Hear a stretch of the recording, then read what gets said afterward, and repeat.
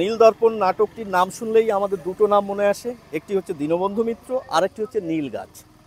আমাদের দুর্ভাগ্য হচ্ছে নীল গাছটি আমরা প্রায় কেউ দেখিনি, শতকরা হয়তো একজন দেখেছেন, তারা সৌভাগ্যবান, তাদেরকে সম্মান জানিয়েই বলছি। আমি কিন্তু এতদিন কখনো দেখিনি।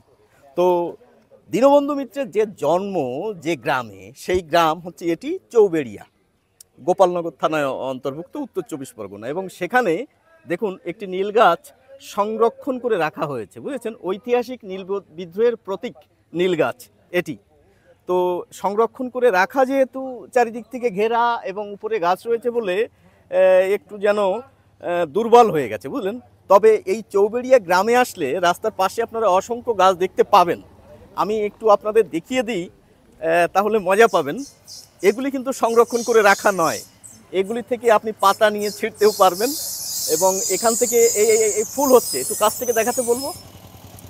এই দেখুন ফুল, বুঝেছেন, কিছুদিন পরে এতে ফুল ফুটবে, তারপর আবার বীজ হবে। এই বীজও আপনারা বাড়িতে নিয়ে যেতে পারেন। তাছাড়া অসংখ্য চারা, ছোট ছোট চারা হয়ে পড়ে রয়েছে রাস্তার পাশে, বাড়িতে নিয়ে শখের বাগানে একটি করে লাগাতেও পারেন।